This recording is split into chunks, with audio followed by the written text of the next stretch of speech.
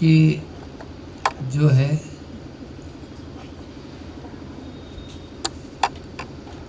श्रावक अपनी चतुराई के अनुसार काम करता है, लेकिन साधु उससे भी ज्यादा चतुर होना चाहिए,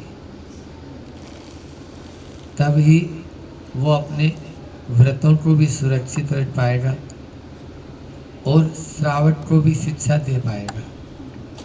अन्यथा श्रावक को कैसे शिक्षा ले पाएगा? वो स्वयं ही यदि उसमें ही श्रावक के साथ साथ हो जाएगा तो फिर तो गड़बड़ हो जाएगा।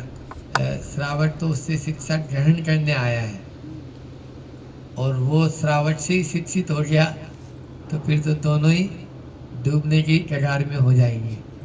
इसलिए पार होना है तो साधु को अपने आगम चक्षु साहु कहा है प्रवचन सार में कि साधु की आंखें क्या, तो आगम ही उनके आंखें हैं, उन्हीं के माध्यम से वे अपने आप को स्थिर रखें और इस भवसागर से स्वयं भी पार हों और जो उनकी शरण में आए उनको भी पार करने की जितनी हो सके उतना उनको भी किनारे लगाने का प्रयास करें। सम्यक दर्शन, सम्यक ज्ञान की व्याप्ति द्रव्य स्वरूप के साथ नहीं, रत्न त्रय के साथ में भी द्रव्य स्वरूप की व्याप्ति नहीं। हमने आपको बताया तो थोड़ा सा पूछ लेते, क्यों पूछे? श्रुत के दो भेद बताए थे हमने। श्रुत के दो भेद कौन कौन से बताए थे? द्रव्य श्रुत और भाव श्रुत।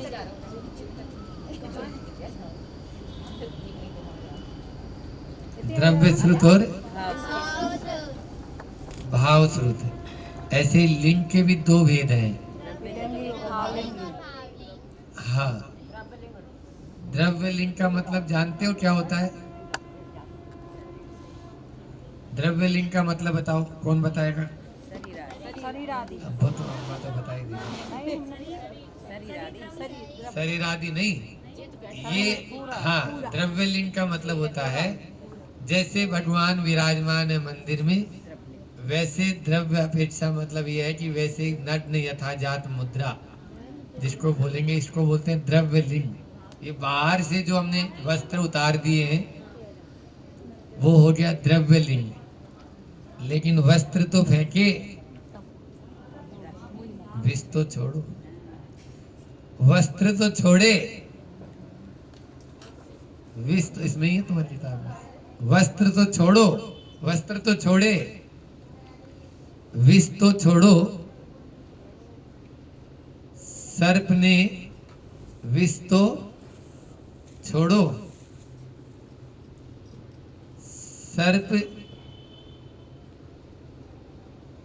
सर्प ने एक अक्षर ज्यादा हो रहा है। सर्प ने छोड़ी कांचुली, विष तो छोड़ो, विष छोड़ो, सर्प ने छोड़ी कांचुली। तो मत लगाओ तो हो जाएगा काम बढ़ रहा है। अब वो एक शब्द में तो गड़बड़ होता है ना, क्या करें हम भी। 7 करना है वहां पे, अब वो 8 हो रहे थे तो गड़बड़ हो रही थी। तो वस्त्र तो छोड़े, वस्त्र तो हमने छोड़ दिए हैं, वस्त्र तो छोड़े, विष तो छोड़ो।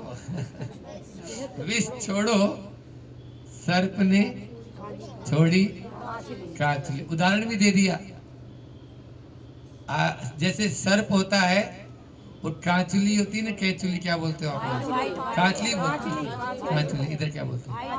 हाँ, वो सर्प जब बड़ा सर्प होता है ना, आप लोगों ने देखा हो 10-15 फीट बड़े बड़े मोटे, तो उनकी जो स्किन अभी इस मौसम में जो होती है ना, तो वो अभी क्या होगी? नहीं, वो आएगी, मोटी हो जाएगी। फिर जैसे जैसे गर्मी आएगी तो वो सूखती चली जाएगी शरीर के ऊपर। जैसे आप लोग तो अभी स्वेटर पहन लिए, अब उनको कौन स्वेटर सिला के देगा? तो प्रकृति का स्वेटर होता है। समझ में आ रहा है क्या? तो उनकी वो त्वचा मोटी हो जाती है, मतलब थोड़ी सी उस पे आ जाती है। अपन लोगों को भी देखो ना, अभी जैसे जो होती है कड़क हो जाती है, आप बोलते हो ना, अरे खड़े हो गए, क्या बोलते, बाल खड़े हो गए, जैसे रोम रोम रोंगटे खड़े हो गए, ऐसे उनमें भी होता है। तो उस सर्दी के कारण उनको ठंडी तो लगती ही है, जीव है, सैनन भी है। तो अब वो तो छोड़ देते हैं गर्मी में। उसको हमने देखी एक बार, बहुत बड़ी, यही सिलवानी में जब गए थे आचार्य श्री साथ में जंगल, बहुत बड़ी कांचुली, यहाँ से लेके वहां तक की होगी, उतना बड़ा सर्प होगा, तभी तो छोड़ी उसने। आंखों पे आने लगती हो, तो आंखों पे आने लगती है तो फिर दिखना उनको बंद हो जाता है, मतलब वो जो वो कांचली जो होती है ना, तो फिर वो स्वयं ही उसको जो है ना अपना मिट्टी में लोट पलोट करके जैसे भी छोड़ते हैं, अपने आप ही छोड़ते हैं, अपने आप ही छोड़ते हैं। तो वो जो है कांचली, तो सर्प ने छोड़ी, अब वो कांचली छोड़ दी, लेकिन उसके अंदर में जो, हाँ, अभी जो अंदर में जो दांत है ना उसके विष के, वो दांत तो वैसे के वैसे ही हैं। ऐसे ही हमने मान लीजिए वस्त्र तो छोड़ दिया, आचार्य श्री जी कह रहे हैं, अंदर से कसाय भाव तो छोड़ो, अंदर से राग परिणाम तो छोड़ो, ये जो विष है, मोह परिणाम है, राग है, कसाय इनको छोड़ेंगे तभी सच में वह भावलिंगी हो पाएंगे। तो बात चल रही है अपनी द्रव्य लिंग और भावलिंग के ऊपर। तो द्रव्य लिंग के साथ साथ में भाव लिंग भी होना जरूरी है। हाँ, इतना जरूर है, भावलिंग तभी होगा जब द्रव्य लिंग होगा, ये ध्यान रख लेना। समझ में आ रहा है? पीछे आए अभी, भावलिंग तभी होगा। भावलिंग का मतलब क्या हुआ? अब भावों से भी उसी तरह के परिणाम होना। जैसे अप्रमत्त गुण स्थान है तो वहां अप्रमत्त ही रहना, अपूर्व करण में अपूर्व अपूर्व भाव होना, अनिर्वतीकरण में और उससे ऊपर ऊपर की विशुद्धि बढ़ते हुए भाव होना, तभी वो कर्मों का क्षय होता है। फिर सूक्ष्म लोभ आदि का इसी तरह से आगे आगे अपन चलते जाते हैं। तो ये जैसे अपन भाव करेंगे वैसे एक एक सेकंड नहीं लगती है। आपको हम दिखे मुनि महाराज जी हैं, लेकिन हो सकता है मिथ्या दृष्टि हो। समझ में आई क्या? हाँ, आपने वो कभी ईसीजी मशीन पे ईसीजी करवाई कभी? ईसीजी होती है, या आजकल तो आईसीयू आई आई आईसीसीयू में भर्ती होते हैं ना मरीज लोग, आईसीयू में, हाँ उसका आईसीसीयू भी बोलते हैं उसको, आईसीयू शॉर्ट नाम है उसका। तो वो जो है ना कैजुअलिटी, तो उसमें जो है ना एक मशीन लगी हुई रहती है, उसमें यूं चलती रहती है। वो जब तक चल रही है तब तक मानते हैं वेंटिलेटर जिसको बोलते हो आप लोग। तो बस हम चल रही है श्वास, और वो यदि बंद हो गई या ऊपर नीचे हो ना, तो बोले हो गया काम, अब ले जाओ इनको उठा के। तो ऐसे ही अपने अंदर में भी है, लेकिन यहाँ पर वो ऊपर नीचे नहीं होना चाहिए। जो ऊपर नीचे हो रहा है ना, तो वो गड़बड़ है। आप एक बार ऊपर जा रहे हैं फिर नीचे आ रहे हैं, परिणामों में परिणाम ऊपर की ओर ही बढ़ते होने चाहिए। कुछ परिणाम गिरेंगे, मान लीजिए अभी हमारा छठवां सातवां गुणस्थान होता है, तो उसमें झूले की तरह होता है, पेंडुलम की तरह, घड़ी में जो पेंडुलम होता है उसकी तरह, जैसे झूला झूलता है, पलना झूलता है बालक, तो एक बार इधर आएगा फिर उधर ऊंचा चला जाएगा, फिर इधर आएगा फिर ऊंचा चला जाएगा। तो उसको इधर नीचे की तरफ लाने का भाव नहीं है, लेकिन नीचे की तरफ लाएंगे, नहीं लाएंगे तो भी तो ऊपर नहीं जाएगा, वो स्थिर रहेगा, वहीं की वहीं पड़ा रहेगा वो पलना। इसलिए उसको हिलाना तो है, तो ऊपर नीचे का, तो ऐसे सहस्त्रों बार करते हैं। हाँ, हो ही रहे हो तो प्रतिपल।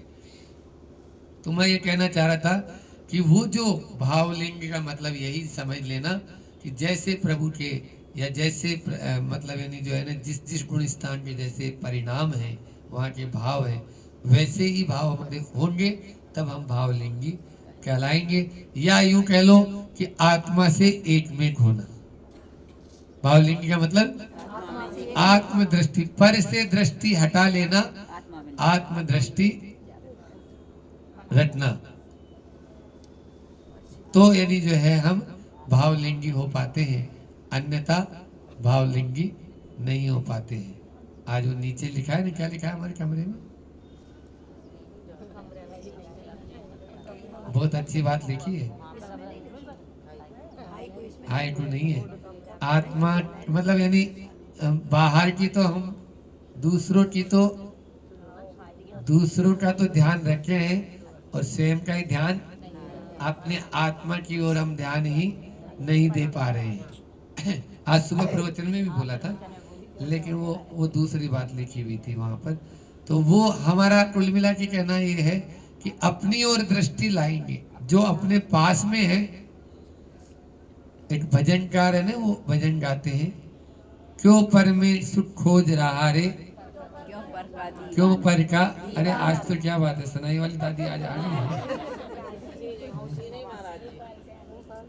हाँ, लंबे समय के अंतराल के बाद आई। एप्लीकेशन के बिना ही गई थी। एप्लीकेशन तो थी लेकिन थोड़े दिन की थी। तो इस तरह से तो ये बोलना चाह रहे थे कि हम पर के दीवाने बने हुए हैं, वो पर में नहीं होना चाहिए। कुल मिला के अब आओ श्रुत पे, द्रव्य श्रुत और भाव श्रुत। तो द्रव्य श्रुत का मतलब होता है ये द्वादशान रूप जो श्रुत, अभी जैसे हम देख के पढ़ रहे हैं, ये द्रव्य श्रुत हो गया। जिनवाणी जो होती है वो द्रव्य श्रुत हो गया, ठीक है ना। और भाव श्रुत का मतलब होता है हमारे भीतर का ज्ञान। तो इन दोनों की व्याप्ति नहीं है। द्रव्य श्रुत की सम्यक दर्शन से भी व्याप्ति नहीं है, सम्यक ज्ञान से भी व्याप्ति नहीं है, और सम्यक चारित्र से भी। तो रत्नत्रय से व्याप्ति नहीं, बोलो ना, सीधी सीधी बोलो, है ना। रत्नत्रयधारी उदाहरण दिया था, याद है। हाँ, व्याप्ति मतलब ये हो तो वो हो। यत्र यत्र धूम्र तत्र तत्र वह्नि, जहां जहां धुआं है वहां वहां आग होगी, ये व्याप्ति है। ये न्याय का विषय है थोड़ा सा, लेकिन समझने की कोशिश करो, ठीक है ना। जहां जहां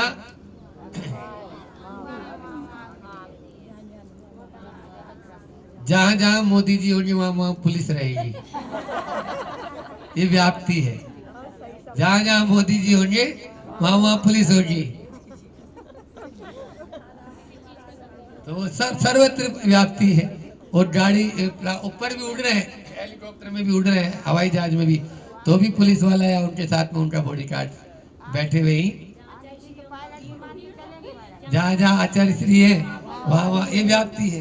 ये भी अच्छा बताया, दूर से ही समझ में आ जाती है कि महाराज कहाँ चल रहे हैं और आचार्य श्री कहाँ चल रहे हैं। कोई मान लीजिए आप लोग गाड़ी मोटर से आए हो और पूरा संघ का बिहार चल रहा है, 50-40 महाराज चल रहे हैं, तो आप लोग समझ जाते हो कि आचार्य श्री जी यहाँ नहीं है। आचार्य श्री कहाँ है? बोले आचार्य श्री वो देखो, वो आगे देखो, भीड़ जा रही है, वह आचार्य श्री जी है।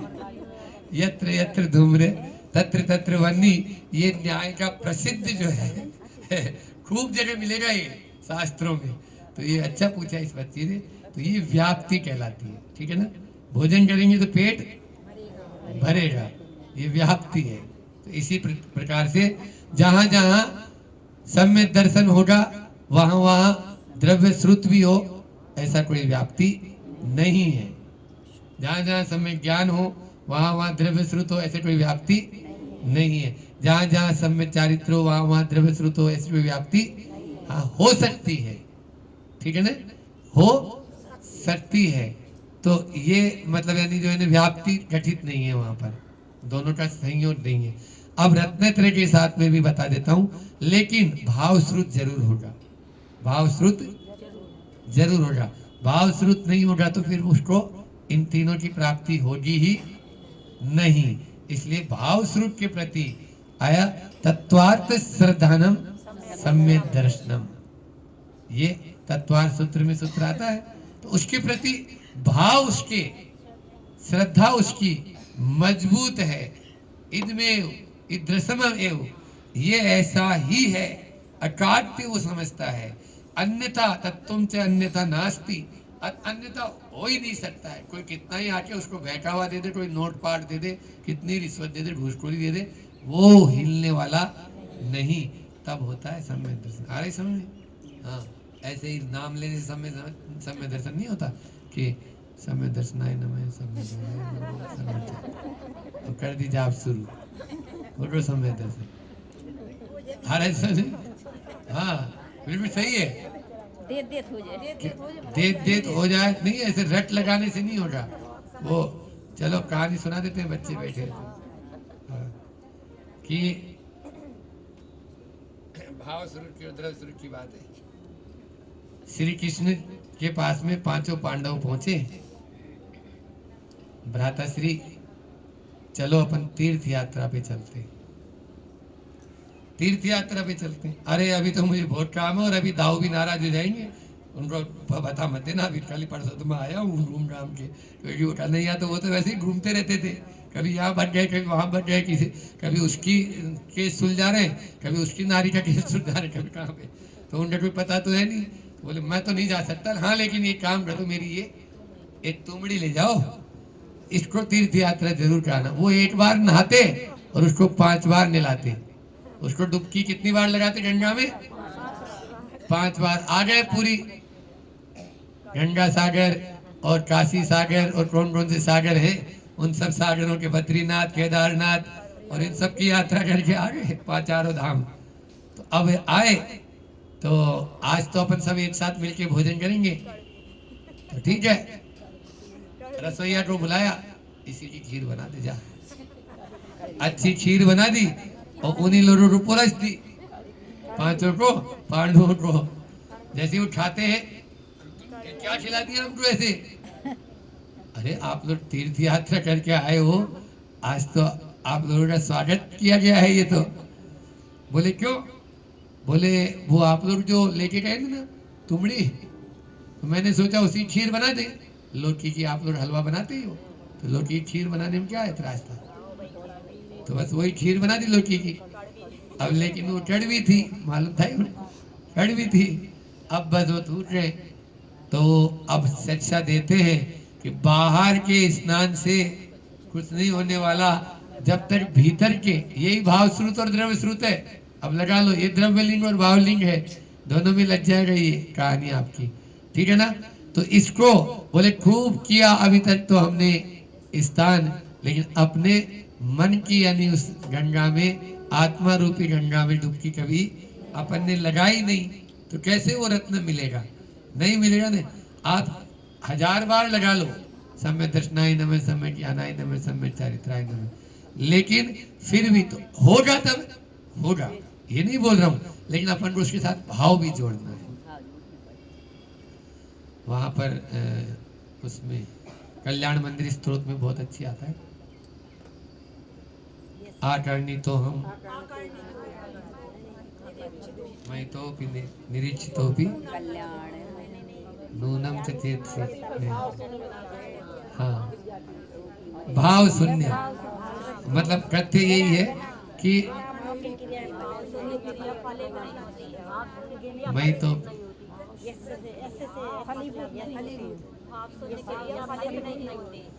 न क्या किया प्रतिफलंती, न तो किया प्रतिफलंती भाव शून्य। आप तो ये ले हो, अभी तो यहाँ से उठा लो, इतना अपना ही वार्तिक बन गई। न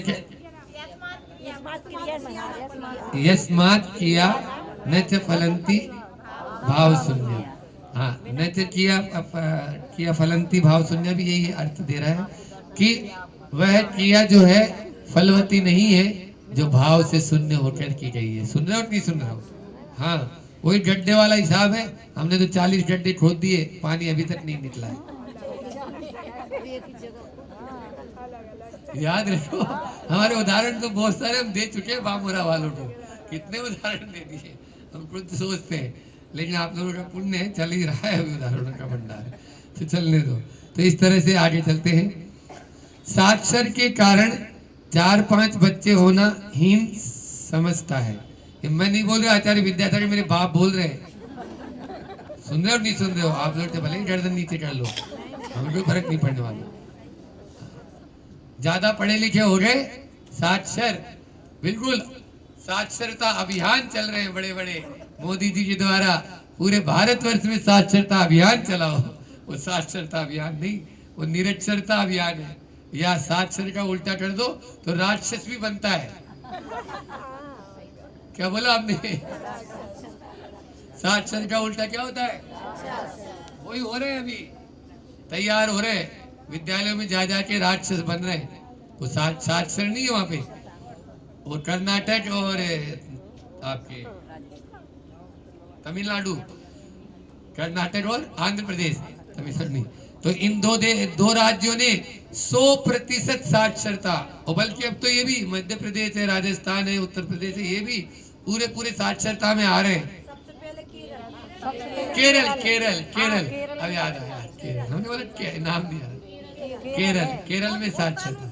हाँ, तो ये 100% साक्षरता अभियान वाले हैं ये, 100%। लेकिन वहां जाओ, वही अंडा मांस मच्छी और वही सब चल रहा है, तो क्या है वो, साक्षर है राक्षस है?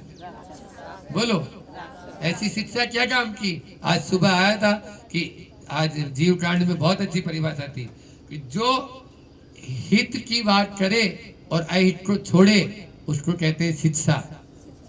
शिक्षा किसी कहते हैं, उसमें आया गाथा में,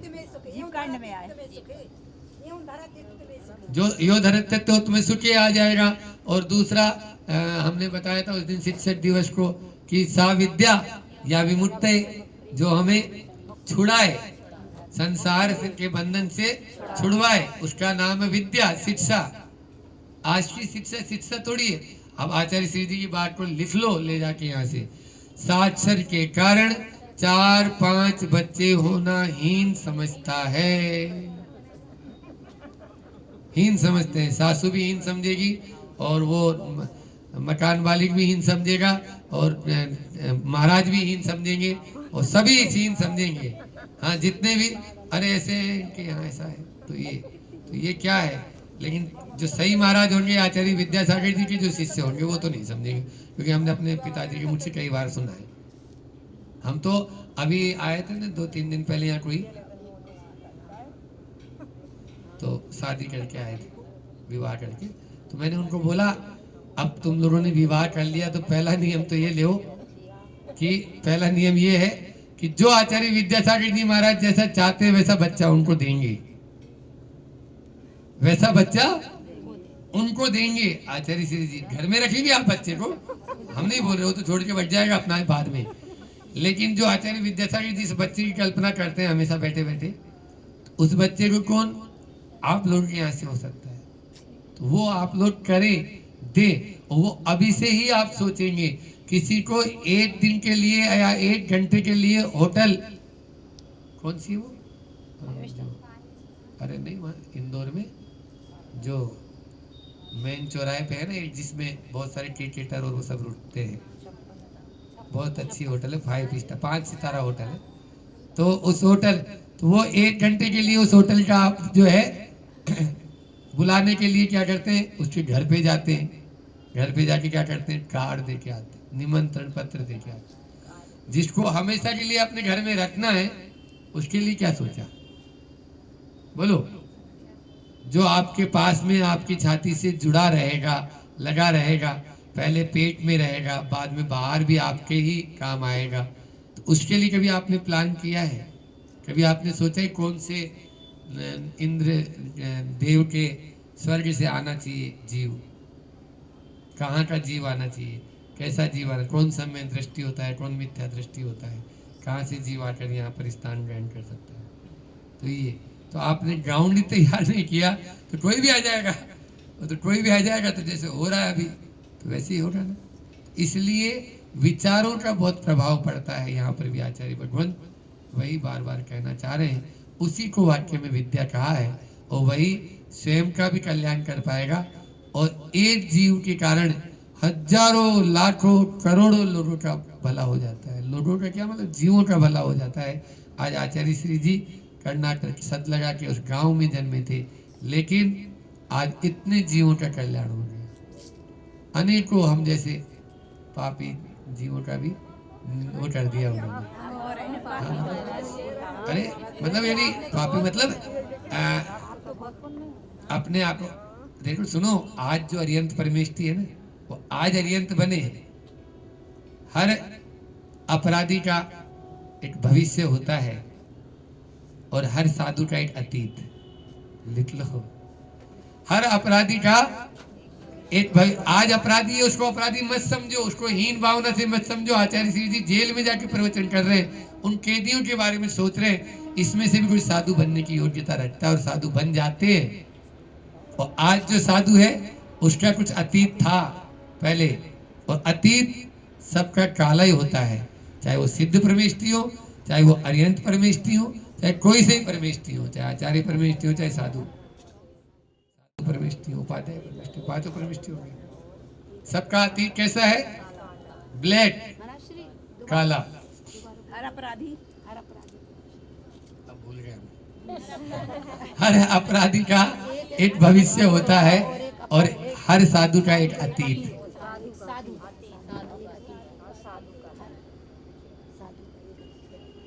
बहुत अच्छी बात कही। देखो, स्वाध्याय से ये तो ज्ञान की कौन सा विषय विषयांतर हो रहा है, प्रवचन सुनते हो या स्वाध्याय चल रहा है अभी, तो विषय से अपन विषयांतर हो जाते हैं कई बार, कि अपन चलते कहीं और से और पहुंच कहीं और जाते हैं, है ना, चर्चा चल जाती है। तो स्वाध्याय में तो ये ज्ञान रखते हो, ध्यान रखते हो, अरे जीवन ही विषयांतर हो रहा है, इसका कोई ज्ञान नहीं हो पा रहा।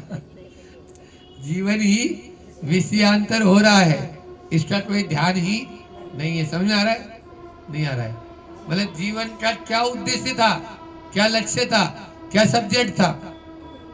कोई ऑब्जेक्ट नहीं बचा, कोई क्रिया नहीं बची, कोई सब्जेक्ट नहीं बचा। बोलो तो वाक्य कहां से बनेगा? सब्जेक्ट नहीं, ऑब्जेक्ट नहीं और क्रिया नहीं, इन तीन से ही बनता है। समझ आ रहा है? कर्ता, कर्म और क्रिया, और तीनों ही आप लोगों ने गायब कर दिए हैं। क्या लेके आए थे? उस समय तो रो रहा था, अब जन्म नहीं लूंगा। अब क्यों? अब तो नहीं महाराज, इसी में आनंद आ रहा है। यो यत्र निवसन नास्ते स तत्र कुरुते रतिम। अब उसी में आता है। जब जन्म होता है तो सारे बालक रोते हैं, नहीं रोते?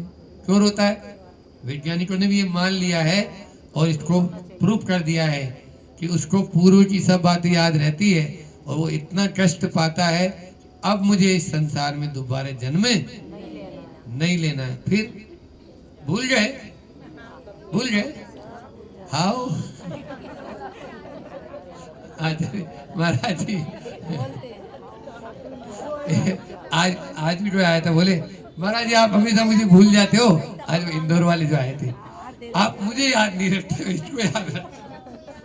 हमने बोला कौन कौन को याद रखे, हम अपनी गाथा याद नहीं रख पा रहे, तुम कहां से याद रख रहे?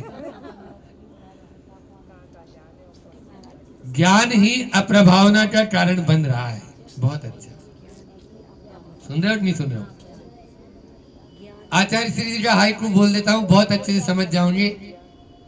ज्ञान प्राण है, ज्ञान प्राण है, संयत हो तो त्राण, अन्यथा स्वान।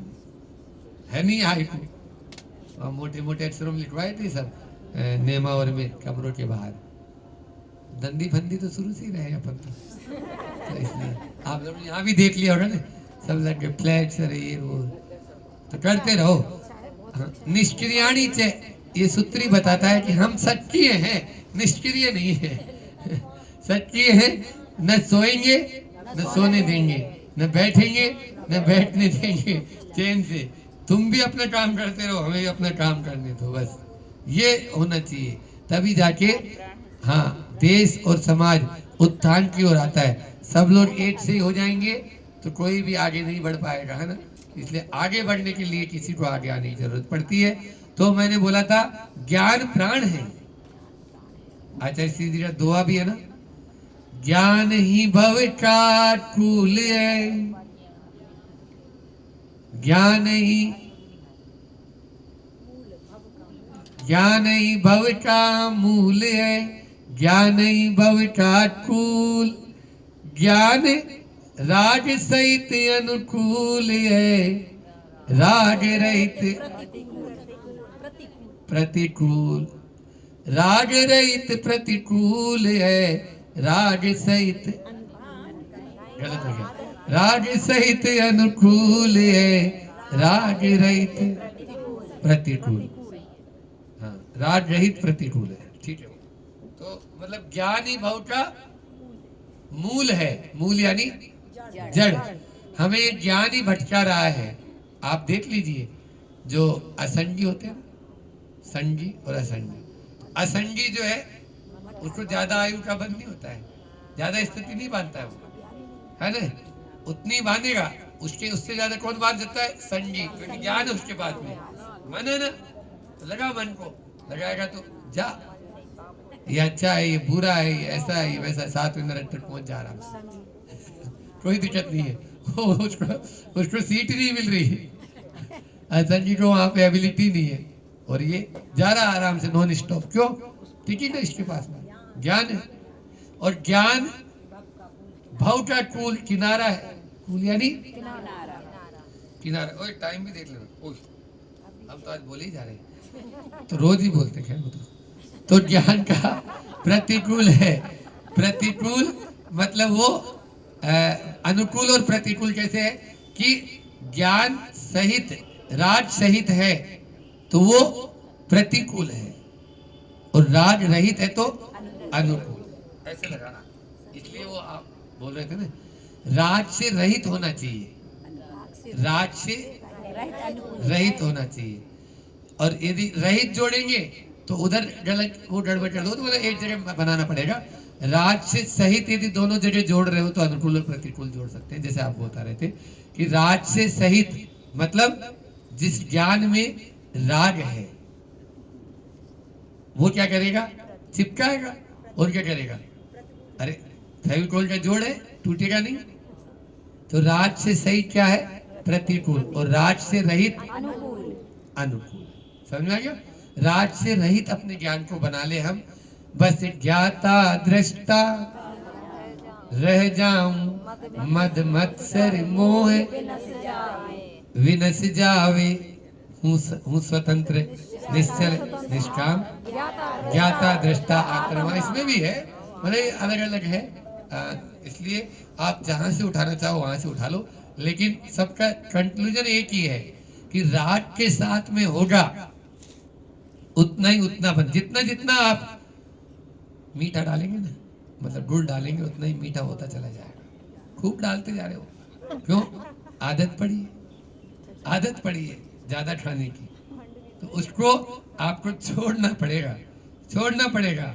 जब छोड़ देंगे तब आपको आनंद आने लगेगा, फिर वो नेचुरलिटी, वो स्वभाव हो जाएगा। और जैसे ही आप स्वभाव में आ जाएंगे फिर आपको कुछ ये विभाव की परिणति, कोई कुछ बोल भी रहा है तो आपको कोई फर्क ही नहीं पड़ेगा। हाँ, फिर कोई फर्क नहीं पड़ेगा आपको। कोई किसी ने कुछ बोल दिया होगा, ऐसे ही बोलते रहते हैं, सड़क पे चलते फिरते कितने लोग बोलते रहते हैं। ये जब तक आप नहीं मानेंगे तब तक आपको कुछ भी फर्क नहीं, मतलब कुछ भी बंद नहीं होगा। अन्यथा प्रतिफल हम बंद कर ही रहे, अरे महाराज जी ने वैसा बोल दिया, महाराज जी ने ऐसा कर दिया, वो इसने ऐसा कर दिया, तो हो ही रहा है। इसलिए ये तो आप नो कर्म से नहीं बच सकते हो, लेकिन कर्म बंद से तो बच सकते हो, कर्म बंद से बच सकते हो। हमने बोला था हवा जो है ना वो पानी में लहर पैदा कर सकती है, पत्थर में नहीं। हाँ, पत्थर में लहर पैदा नहीं हो सकती, इसलिए अपने आप को पत्थर बनाओ। कितनी भी हवा चले, चलने दो, चलेगी हवा से, हम क्या करेंगे। लेकिन वो पानी, हम पानी बन जाते हैं तुरंत ही, सुबह आराम से अच्छी तरंगे उत्पन्न होती है। अब हो कई बार तो ऊपर के महाराज बाहर भी आ जाते हैं, आ जाओ, डुल जाएंगे बाहर, और क्या होगा, अस्तित्व समाप्त हो जाएगा। तो इसलिए अपने आप को साधना है। तो इस ज्ञान के प्रकरण को अपन को, ज्ञान ही हमारा कूल है और ज्ञान ही हमारा मूल है इस भव का। इसलिए वह कूल बने, है ना, किनारा बने, तभी हमारी सार्थकता है। इतनी देर यहाँ समय देने के लिए भी यही सार्थकता रहती है। अन्यथा तो बैठ तो रही है, काफ़ी दिनों से बैठ रहे और आके चले भी जाते हैं, लेकिन उसको जब तक ग्रहण नहीं करेंगे, उतारेंगे नहीं, तब तक कुछ भी नहीं कर पाएंगे। चाहे मैं हूँ चाहे आप हो, हम तो अपने लिए भी बोल रहे हैं। ऐसा नहीं है कि आपको उपदेश दे दिया तो आपके लिए हो गया और हम कैसे भी करते रहे, तो कैसे नहीं, हमारे लिए भी वही फार्मूला है जो आपके लिए है। तो सबके लिए एक ही आचार्य श्री जी ने एक संहिता बताई, आचार संहिता। उस संहिता के अनुसार चले। भी आचार संहिता लग गई मध्य प्रदेश में चुनाव होने ना, इसलिए इतना ही रखते हैं। रात वाला बाहर नहीं निकलना रात में, नहीं तो उठा ले जाएगा। बोलो नहीं, सब जा वाणी के ज्ञान ते सूझे लोकालोक, सो वाणी मस्तक नमो सदा दे तो लोट। हे जिन वाणी भारती तो ही जपू दिन रेन, जो तेरा शरणा गई सो पावे सुख चैन। देव भजो अरिहंत को गुरु सेवा निर्घन दया धर्म पालो सदा यही मोक्ष का